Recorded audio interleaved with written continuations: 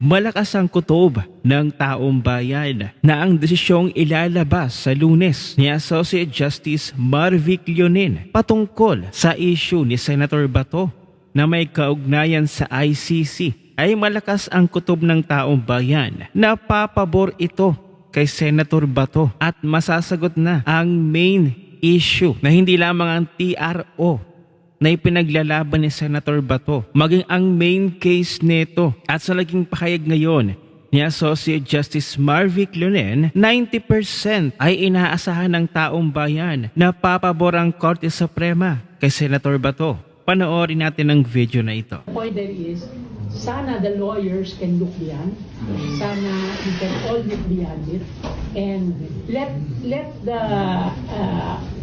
maybe the citizenry, they fight it out on the basis of their politics. Pero ang problema kasi sa lawyers ngayon, meron akong politika. I have the skill, I have the stature. So what I do is, I do not read the law as painfully as it should. Medyo kakalimutan ko. Mga dilawan yan. ICC Treaty, Article 89, Article 92. Babasahin ko na the warrant is effective immediately in the Philippines without judicial remedy. Okay? Whether that's right or wrong. You have taken a polemical position. You have not told me how you arrived at that. And some of my good friends are doing that. I know what you want. I share what you want, accountability, etc. Pero somehow, kailangan medyo principled tayo. So, by the way, Monday lalabas yung aming decision. And we will be, I think you will see how different our views are. Na hindi sabi nila na, yung ponente, hindi ko muna sasabihin. Definitely, hindi na ako. But I have a separate opinion, which I hope that you can also take time to read. But I enumerated ano ba yung basis. Okay. But the point there is, we need to educate better. But, so sabi niya kahit daw tayo ay mayroong pananaw sa politika pero sa pagdesisyon ay dapat principled pa rin tayo bilang isang bahagi ng Korte Suprema. Kaso itong mga dilawan na ito tulad nila Falses, sino pa ba? Nina De Lima, nina Sendanya, hindi binabasa ng mabuti ang ating konstitusyon. At ito sa oral argument din ni Justice Marvic Leonin, dito'y napasabi siya na magtitiwala ba tayo sa mga foreigners to rules on crimes more than the Supreme Court and our lower courts. At dito'y pinamukha ni Justice Marvic Leonin na gumagana pa ang justice system sa Pilipinas. Panoorin natin ito.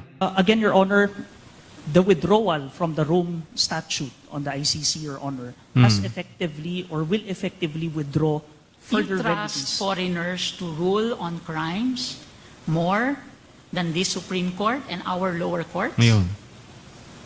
Your Honor, if there is an inability to bring cases Inability. before the courts, Is Your there Honor, an inability? We go around in circles. What is the situation now? Is there an inability of our trial courts? You tell us because we are here in the Supreme Court. The courts are Magsumbong open. ka. Is there inability of our trial courts to attend to human rights cases? There is no inability, Your No Honor. inability. Is there an unwillingness of our courts to attend to human rights cases? Not with the courts, Your Honor. Not with the courts. So, again, what is the right that was violated? What is the prerogative that was violated? As a matter of fact, there is reverse complementarity in 9851. Is that not correct? Yes, Your Honor. Where is it found?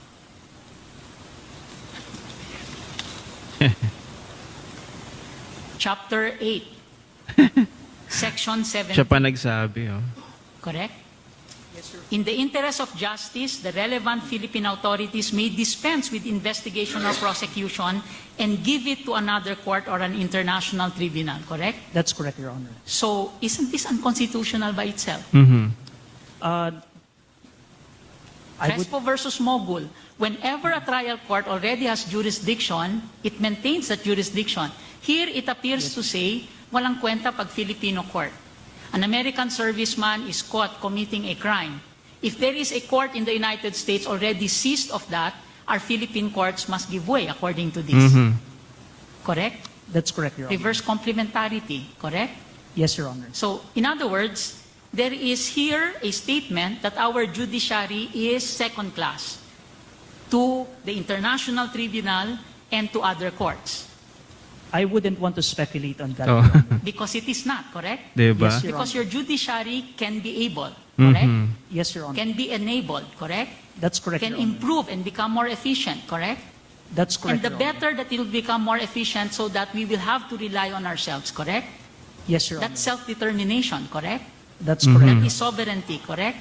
Yes, Yun. Your Honor. Yes. And Diba? That's sovereignty. Doon pa lang. So kung ating mapapansin sa naging video, sa naunang video na ating napanood, ay parang nagbibigay na ng hint itong si Justice Marvic Leonen. Doon pa lamang sa pangalawang video na ating pinanood. Anong sabi niya? Do you trust the foreigners to rule on crimes more than the Supreme Court and our lower courts? Doon pa lamang may hint na. At ang sabi niya sa unang video, kung tayo ay may pananaw sa politika, i-separate natin. At kung tayo magdedesisyon bilang bahagi ng Supreme Court at kahit pa tayo ay may pananaw sa politika, magdedesisyon tayo ng principled.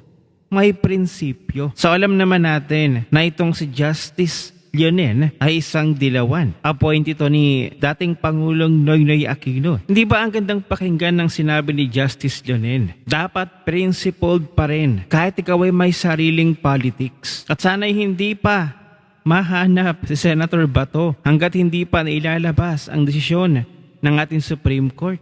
Malay natin, maganda pala ang desisyon ng ating Korte Suprema para kay Senator Bato. Baka pumabor ang Supreme Court. Baka pumabor ang Supreme Court kay Senator Bato, hindi natin alam. Kasi nga, kapwa Pilipino tayo Magtitiwala ba tayo sa banyaga?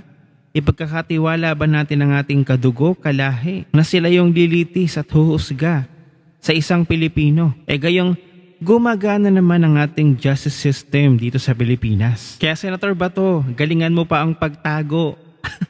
Na alam natin kahit pa yan siguro lumitaw yung desisyon ng Korte Suprema na pumabor kay Senator Bato, alam naman natin kung kumilos ang administrasyon na ito. Talagang bend the law. Na hindi na nga yata sinusunod ang batas sa Pilipinas. Kung gugustuhin nila, gagawin nila. Kaya sana kung magdesisyon man ng ating Korte Suprema na papabor kay Senator Bato, sana magkaroon ito ng bisa, hindi lamang sa papel, kundi sa konsensya at gawa na din. Diyos ko po, itong taong bayan, kung alam niyo lang Supreme Court, kayo na lamang ang inaasahan ng mga Pilipino, nagagawa ng tama na naaayon sa ating batas. Pero ito lang yung opinion ko. Kung ang Supreme Court ngayon ay papabor sa ICC, tanggalin na lang natin ang ating Supreme Court. Alisin na natin ang Philippine Judiciary. Gawin na lang natin ang ICC, na Korte ng Pilipinas, kung sakaling mangyari ito. Pero kung ano man yung magiging desisyon bukas, Lunes, ay ating tanggapin at ipagpasa Diyos na lang natin kung ano ang mangyayari bukas. Ano ang inyong opinion? I-share mo na ang video na ito. Mag-iwan ng comment at like sa ibaba at magkita-kita ulit tayo sa susunod na video.